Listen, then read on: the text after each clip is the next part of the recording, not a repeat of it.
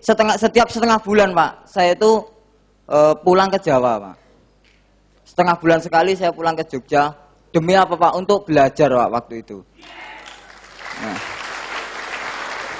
sampai-sampai Pak, orang rumah itu saking marahnya Pak. Karena apa? Armada saya satu-satunya untuk jualan es saya jual Pak. Tujuannya apa? Untuk belajar Pak. Dan saya waktu itu saya yakin bahwa 5 tahun ke depan akan tak ganti motornya. Nah ternyata apa Pak? Sekarang motor juga punya 2 Pak sudah. Nah setelah saya sampai di Jogja, kemudian saya bingung lagi. Bagaimana untuk mendapatkan barang di sana atau produk di sana Pak? Karena apa? Modal motor saja sudah dijual Pak untuk belajar. Bagaimana saya bisa menyiapkan barang di sana Pak? Bingung nggak Pak kira-kira Pak? Enggak Pak kalau saya Pak. Nah, saya nggak bingung Pak. Karena apa? Saya mempunyai seorang bapak angkat Pak di sana. Dan beliau mempunyai modal. Kebetulan Pak, beliau masih percaya pada saya. Akhirnya apa? Beliau saya suruh buka stokis. Yaitu tepuk tangan untuk Bapak Al-Ghazali Asul yang ada di Kerinci Pak. Nah, karena saya tidak punya modal, saya belum bisa menjelaskan mengenai kestokisan, tak bawa ke Jogja Pak. Pokoknya kalau buka stokis harus datang ke Jogja. Saya seperti itu, padahal saya belum tahu Pak bagaimana caranya buka stokis itu belum tahu. Nah, sampai di rumah Pak Yadmin saya pasrah, Pak nyogarapen. Nah, saya nggak bisa kok untuk menjelaskan. Nah, jadi itu yang pertama kali Pak. Tetapi ternyata apa? Sesuatu hal yang kita anggap baik, jalan yang kita anggap mulus, ternyata banyak tantangan Pak. Nah, waktu di awal perjalanan ternyata seperti tadi yang ditayangkan di video tadi, yaitu mobil saya yang saya naik itu terbalik Pak. Baru melangkah di awal Pak, itu mobil sudah terbalik. Tapi alhamdulillah ini masih sehat Pak. Nah, yang setelah Pak Al-Ghazali buka stokis, kemudian kita berangkat sama-sama ke sana lagi. Produk sudah banyak. Nah ternyata apa? Sampai di Kerinci, kaset yang tadi saya pinjamkan sudah diserbu Pak. Mereka telah menunggu ternyata Pak. Jadi barang itu langsung habis. Akhirnya kewalahan saya berkenalan dengan Mas Amran Pak. Mas Amran juga mempunyai modal. Kalau saya sendiri tidak mempunyai modal Pak. Mereka yang punya modal. Saya tawari untuk buka stokis dan mau. Caranya bagaimana? Yo tak ajak ke Jogja lagi. Kan gitu. Karena belum bisa menjelaskan. Mungkin di tahap awal itu bagian rabat itu selalu marah-marah Pak dengan saya Pak. Karena apa? Laporan itu nggak pernah bener Pak. Laporan itu nggak pernah bener. Jadi saya juga cerita, Mbak jangan marahi saya Mbak. Karena apa? Sekolahnya itu bayarnya pakai kentang sama cabai. Ya maklum saya gitu. Nah, jadi saya ingat bahwa perjalanan di awal itu mobilnya itu terbalik Pak. Nah Mas, karena kemarin saya naik mobil kecil itu, travel itu terbalik. Besok kita naik mobil besar aja. Supaya apa ya, tampaknya kan kuat kan gitu. Ternyata apa Pak, yang kedua kalinya Pak juga terbalik Pak. Jadi seandainya itu tekad saya ingin keluarga Makmur Raya tidak kuat Pak, kira-kira mundur enggak Pak? Mundur Pak. Tetapi tujuan saya hanya satu, 5 tahun ke depan keluarga saya harus Makmur Raya tadi Pak. Nah. Dan itu semua melalui banyak sekali pengorbanan. Artinya apa? Saya bisa berdiri ini di panggung kehormatan ini bukan semata-mata hanya kebetulan saja, bukan Pak. Tetapi betul-betul melewati banyak sekali proses perjuangan. Yang pertama di Kerinci mobilnya terbalik Pak. Kemudian saya mencoba mengembangkan ke Bengkulu Pak. Ternyata di sana pun saya mengalami kendala di lapangan. Pas ada jembatan Pak, saya nanjak di jembatan itu, di tengah jembatan panjang tiba-tiba banjir Pak. Jadi di depan saya ini air itu tinggi, di belakang jembatan juga airnya tinggi. Akhirnya Pak, semalaman Pak saya tidur di jembatan. Itu. Untuk di Bengkulu itu pertama kali mengembangkan. Ternyata apa? Ya seperti Pak Yadmin lagi-lagi Pak Yadmin cerita, nek pengen penak ya rekoso dhisik kan gitu. Wah, akhirnya apa? Tetapi Saya cerita dengan teman saya itu, Pak Mulyadi waktu itu ya. Mas, Pak Yamin bilang nek arep penak ya kudu rekoso sik. Kan gitu. Jawabnya Pak Mulyadi apa, Pak? Penake urung mesti kok nek rekosone wis. Nah, kan gitu. Akhirnya kan tambah pusing, Pak. Ya daripada ribut, ya udah akhirnya saya ngalah saja. Ya udah, yang penting awak dhewe tekan Bengkulu gitu aja. Nah, kemudian ketika di Kerinci sudah berkembang, di Bengkulu sudah berkembang. Nah, pas saya pulang ke Jawa, ternyata apa? Ada tetangga yang di Klaten itu merantau di Manado, Pak. Ada di Manado, yaitu Bapak Wagimin. Nah, kita pinjami VCD, kita pinjami alat-alat seperti buku. Kemudian beliau mengembangkan di Manado. Dia juga bingung, Pak, seperti sama seperti saya di awal. Akhirnya saya datang ke Manado. Nah, satu-satunya, Pak, itu kenangan yang tidak bisa saya lupakan. Satu hari, Pak, saya naik pesawat itu sampai melewati 4 bandara, Pak. Itu perjalanan ke Manado. Ya, pertama dari Bengkulu turun di Jakarta. Jakarta langsung transit turun di Balikpapan. Balikpapan naik lagi turun di Manado. Saking apa sregepnya, Pak, semangatnya di situ. Nah, tetapi di sana juga banyak mengalami tantangan, Pak. Sampai-sampai Pak Wagimin itu rela mengorbankan segalanya. Artinya apa? Mereka nyewa mobil untuk menjemput saya dan mengantar saya. Ternyata apa? Mobilnya itu juga tumburan, Pak, di jalan. Itu menghabiskan biaya itu 11 juta waktu itu, Pak. Jadi di tahap awal itu banyak sekali tantangan. Seperti di awal tadi saya ceritakan bahwa saya bisa berdiri di hadapan Bapak Ibu sekalian bukan hanya kebetulan saja, melainkan banyak sekali pengorbanan. Pengorbanan yang saya alami itu belum seberapa, Pak. Yang lebih banyak pengorbanan lagi adalah keluarga saya. Terutama tadi yang diceritakan kakak saya tadi, bahwa setiap saya pulang ke Jawa, saya melihat anak-anak saya tidur, saya bisa menangis, Pak. Karena apa? Bisa enggak saya menyekolahkan anak saya nanti sampai kuliah? Kalau hanya saya seorang penjual es, belum tentu bisa, Pak. Jadi saya mempunyai keinginan agar anak-anak saya itu bisa kuliah, bisa sekolah lebih tinggi dari saya. Biar saja bapaknya hanya kelas 3 SD. Itu impian saya. Nah, kemudian saya juga mempunyai janji dengan anak-anak saya bahwa di awal saya ketemu dengan anak-anak itu hanya 1 tahun itu 2 kali, Pak. Waktu saya jualan es itu ketemu anak saja 1 tahun 2 kali. Tetapi saya mempunyai keyakinan bahwa setelah 3 tahun nanti kita tiap hari akan berkumpul. Dan terbukti pada malam hari ini anak-anak saya juga tak bawa hadir di sini, Pak. Nah, itu suatu tekad dari saya bahwa saya ingin membuktikan. Tetapi yang sangat luar biasa lagi, Pak, keluarga saya sampai sekarang belum percaya, Pak.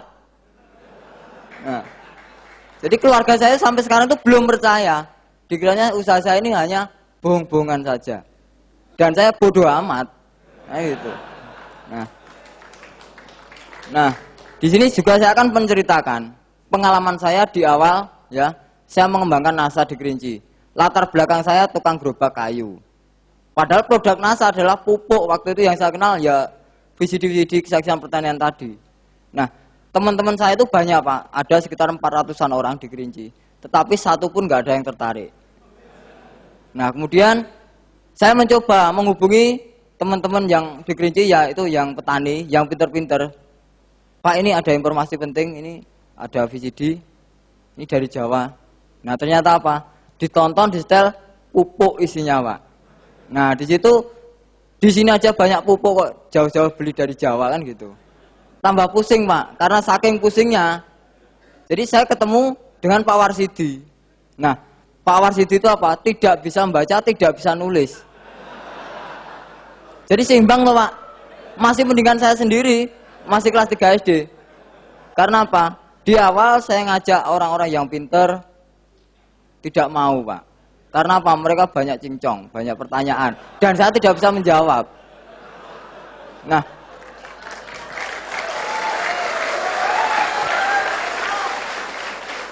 Tetapi Pak Warsidi itu kenapa saya cari itu tidak bisa baca, tidak bisa menulis, supaya tidak banyak protes. Nah, itu. Nah, prospek saya juga saya masih ingat Pak, karena itu kenangan pertama. Jadi Pak, Bapak percaya orang Jawa itu pinter-pinter Pak? Ya percaya. Nah, ini ada VCD, ini silahkan ditonton. Ternyata Pak tertarik, produknya mana ada Pak. Nah ini dosisnya berapa? Nah saya bingung Pak. Pak Yamin nggak cerita dosis. Nah dosis itu apa Pak? Cara pakainya gitu. Oh gitu. Ya ini nasanya 5 tutup, hormonnya 1 tutup, pestonanya 5 tutup. Ini campur, iya saya gitu. Padahal itu entah bener entah enggak, yang penting iya gitu aja. Nah berawal dari situ Pak, akhirnya berkembang. Pak Warsidi menggunakan NASA, berkembang. Setiap orang yang lewat di kebunnya Pak Warsidi, mereka tertarik dan bertanya, obatnya apa? Nah tanya sama tukang es itu Joko katanya. Nah mereka datang ke rumah, produk nggak ada. Nah di situ sampai-sampai Pak, ya waktu itu saya pernah, ya orang di Kerinci kan ekstrim banget Pak. Artinya jika mereka sudah mendengar informasi dan mereka mencari barang nggak ada, itu marah. Saya lari ke Jawa Pak, saya nggak mau ke sana lagi karena takut. Akhirnya saya didatangi Pak Yatmin, kenapa kok nggak ke Kerinci lagi? Ternyata apa? Saya nggak berani cerita dengan Pak Yatmin. Kalau di sana kekurangan produk, nggak berani Pak sama sekali. Nah, karena dipaksa, sebetulnya ada masalah apa? Ini Pak, kalau saya ke sana ya dihajar orang sana. Masalahnya apa? Produknya itu nggak ada. Mau berapa botol kamu minta katanya? Lah adanya berapa? Saya tantang gitu. Nah, jadi produk ini adanya berapa? Tak bawa semua gitu. Ternyata apa? Di awal itu saya dibawakan Pak Yatmin itu nasanya 500 botol, hormonnya 500 botol. Nah di situ. Itu di tahap awal Pak. Totalnya uang itu ada 60 juta lebih Pak. Sampai di atas bis itu penuh barang saya Pak. Saking semangatnya, tak angkati sendiri Pak. Nah, tetapi saya pesan dengan Pak Yatmin. Pak Yatmin di awal cerita, nanti Jok setelah 100 distributor, saya datang ke Kerinci. Ternyata apa? Setelah 700 distributor baru datang Pak. Nah, di situ. Jadi, pokoknya saya pesan dengan Pak Yatmin, setelah sampai di sana tolong disusul. Karena saya belum bisa menjelaskan. Sampai-sampai untuk mengadakan pertemuan aja Pak Yatmin Pak yang mengadakan pertemuan di sana. Karena saya belum pernah mengadakan pertemuan itu di awal. Nah jadi kelemahan saya waktu awal terus terang Pak di titik pendidikan. Karena saya jauh dan sebetulnya saya iri dengan teman-teman yang di dekat sini.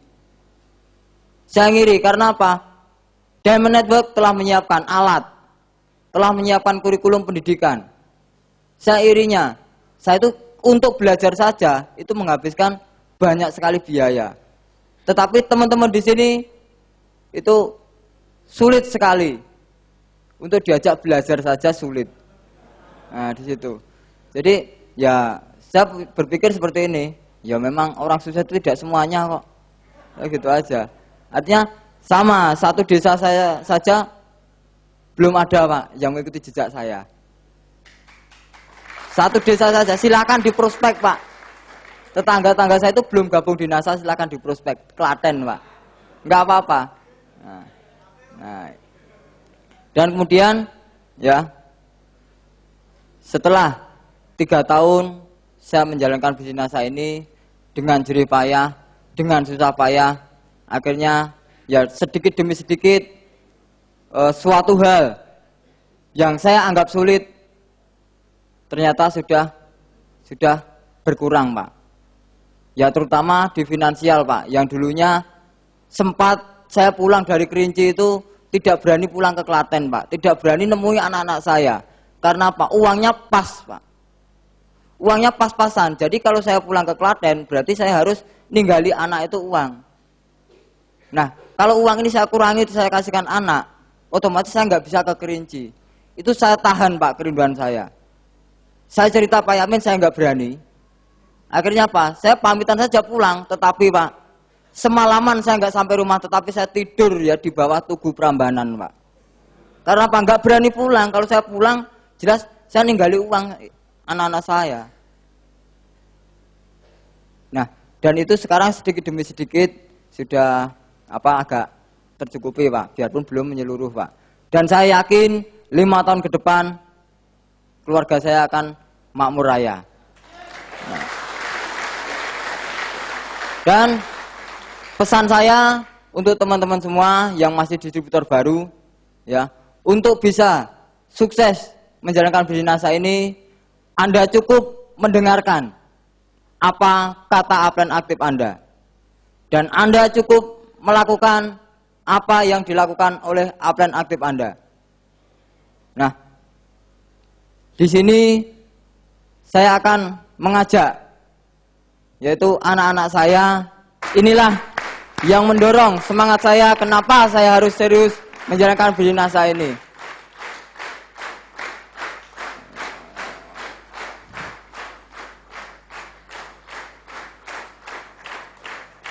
Nah, ketika saya melihat anak-anak saya tidur, yaitu saya selalu menangis, Pak. Anak saya ini akan jadi apa nantinya?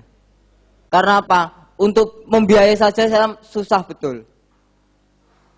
Tetapi dengan semangat, dengan tekad, dan dengan tujuan yang baik, saya yakin semua pasti ada jalan keluarnya.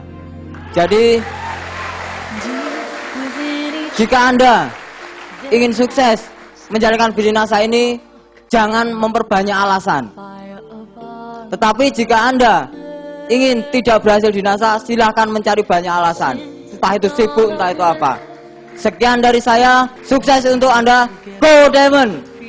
Ya, terima kasih.